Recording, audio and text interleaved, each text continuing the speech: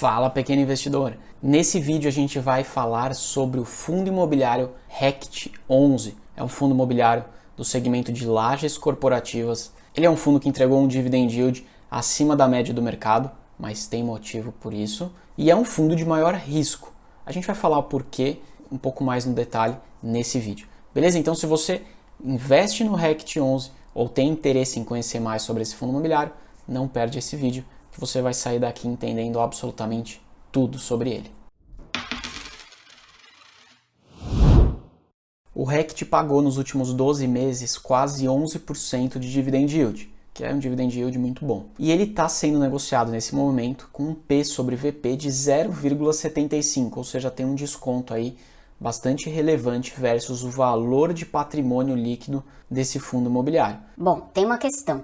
Fundos imobiliários de lajes corporativas, desde o início da pandemia, têm sofrido mais do que a média, visto que a gente tem muita incerteza sobre a questão do home office e o impacto disso na questão dos escritórios. E a gente está vendo um desaquecimento econômico bastante forte, o que pode diminuir a procura de empresas por novas áreas de locação para fins aí de escritórios. Portanto, tem uma incerteza assim rondando esse segmento de fundos imobiliários. Agora, falando sobre o RECT especificamente, ele é um fundo imobiliário que tem uma característica um pouco diferente aí dos outros grandes fundos do mercado. Ele é um fundo imobiliário com mais de 700 milhões de reais de patrimônio, então é um fundo bastante grande. Ele tem uma diversificação aí geográfica bastante interessante. São 8 ativos distribuídos em 4 estados diferentes. Porém, ele é um fundo que tem uma característica de ter imóveis mais distantes dos principais centros aí comerciais das capitais. Então, por exemplo, aqui em São Paulo, a gente vê que ele tem uma concentração grande de imóveis na região de Barueri, na região de Alphaville, que é uma região, sim, que tem outros escritórios, tem várias empresas, mas ele tem um custo, né, de aluguel menor do que uma região mais central, como, por exemplo, uma Berrini, uma Faria Lima, aqui na cidade de São Paulo. Então, de alguma maneira, por você ter imóveis mais longe dos principais centros, você pode ter naturalmente uma taxa de vacância maior. Ainda mais quando a gente vê os preços dos aluguéis com uma tendência aí possível de estagnação ou ainda até de queda, visto esse desaquecimento econômico. Vamos falar agora do relatório gerencial desse fundo imobiliário para a gente ver como é que ele está posicionado. Esse aqui é o relatório então da gestora, a gente está falando aqui do RECT 11. Ele começa, obviamente, com alguns comentários macros do mês. Ponto legal aqui só para destacar é o seguinte, deixa eu até dar um zoom. A distribuição, né, desse fundo entre maio de 2019, que foi o início desse fundo, e novembro de 2021, teve um retorno acumulado de 22,3%, o que, considerando, né, o CDI acumulado, já descontando de imposto, nesse mesmo período, entregou 8,55%. Então a gente está falando aí de quase 3 vezes mais do que o CDI. Especificamente, para o mês de dezembro, né, o fundo distribuiu 4 milhões e 700 mil reais, o que se refere a um rendimento por cota de 58 centavos. Então, como a gente falou, né, ele é um fundo de um patrimônio de 750 milhões de reais, é um fundo bem grande. Ele está nesse momento com valor de mercado de 504, então há um desconto sim versus o patrimônio, como a gente havia comentado, né, do P sobre VP. Ou seja, um valor de patrimônio por cota de R$ 92,00, mas o mercado está enxergando esse fundo como um valor aí por cota de R$ 61,00. É um fundo de mais de 90 mil metros quadrados, então é um fundo com bastante área locável, e ele tem no total aí uma taxa de mais ou menos 1,17%, quase 1,2%, o que é uma taxa aí já vai no limite das taxas mais altas do mesmo segmento, que é de 1,20. Os principais destaques aqui desse fundo foi, né, ele teve uma negociação de CRIs, ou seja, de certificados de recebíveis imobiliários. Ele também comprou CRIs de um hotel aqui, Hotel Rosewood, na cidade de Matarazzo. Isso aqui é uma estratégia do fundo imobiliário, tá, para poder cobrir a dívida, fazer um hedge da dívida que esse fundo tem, a gente já vai falar sobre ela.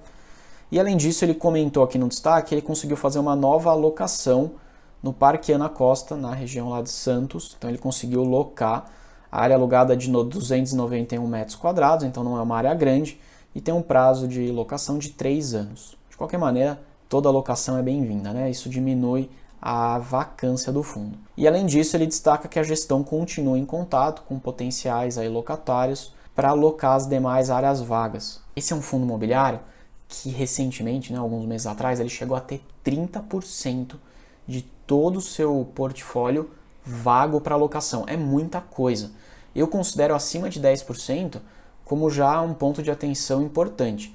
Imagina que esse fundo bateu mais de 30%. Então, desde aquele momento do pico de 30 e poucos por cento, a gestão do fundo vem fazendo um trabalho muito forte para reduzir essa vacância. E a gente vai ver que nesse momento já está abaixo de 20%, então, de fato, eles estão conseguindo fazer esse bom trabalho de buscar por novos inquilinos. Isso é primordial para que o fundo consiga aí ter rendimentos mais sustentáveis e ainda até crescentes. Falando um pouco aí do retorno desse fundo, então a gente teve na distribuição relacionada ao mês de novembro 0,58%, o CDI teve um retorno de 0,59%, então esse fundo no mês rendeu menos do que o CDI bruto.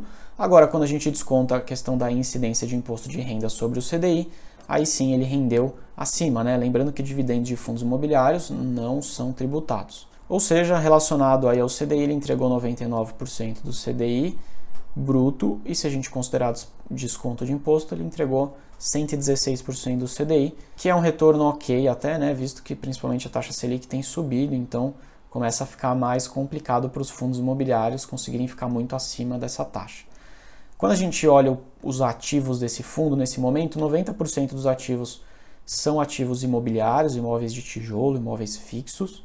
A gente tem 5% em CRIs, em certificados, ou seja, papel, dívida. A gente tem também renda fixa 4%, que é aquele valor de caixa, que normalmente tem um resgate ali de curto prazo, que é uma grana mais de segurança. E outros ativos, 1%. Que nem eu comentei sobre passivo, esse é um fundo imobiliário que ele tem alguns passivos, né? Ele tem alguns CRIs que ele precisa honrar, que é uma dívida que ele tomou para fazer compra, ou ainda, né, para fazer alguma negociação dos ativos que ele tem. Esse passivo total, né, essa dívida total, está na casa de 254 milhões de reais. Então é uma dívida aí relativamente alta, é um ponto de atenção importante para esse fundo imobiliário. E a gente consegue ver aqui, ele descreve qual que é o tamanho da dívida, por qual dos investimentos, né, por qual dos imóveis, e qual que é a taxa, o indexador e o vencimento de cada um deles.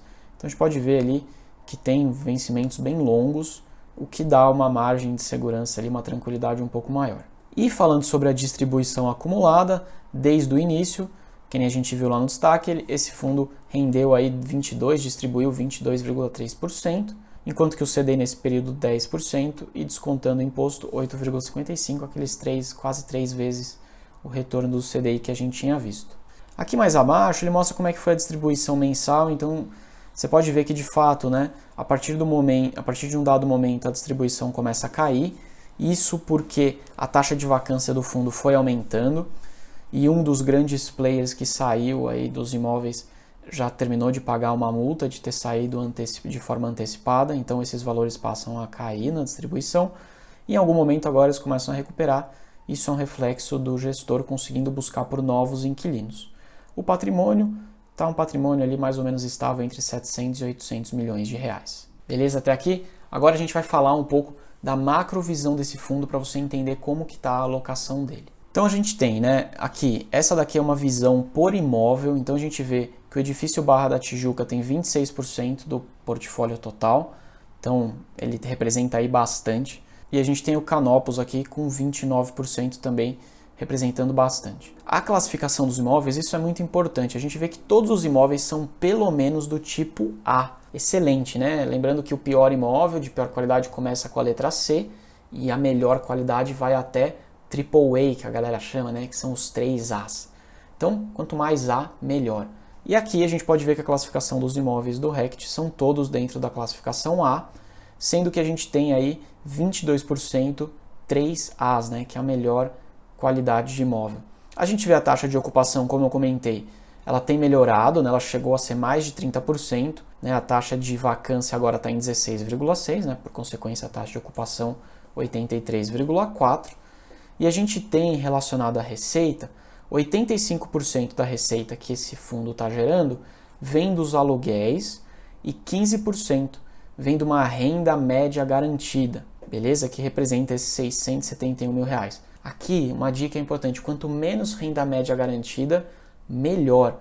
Quer dizer que, de fato, você está conseguindo entregar valor a partir dos inquilinos que estão alugando e pagando os seus aluguéis.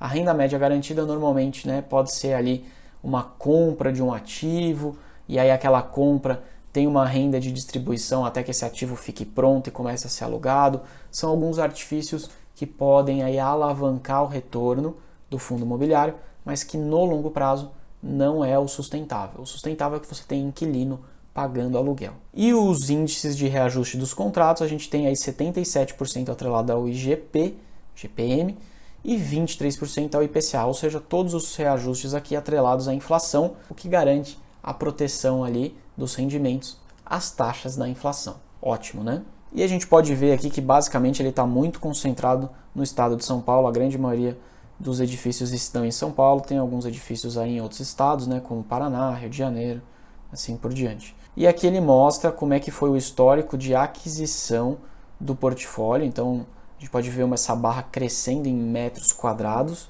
e cada um dos momentos que esse portfólio foi recebendo aí novos imóveis ou novos andares de imóveis. Vamos dar uma olhada agora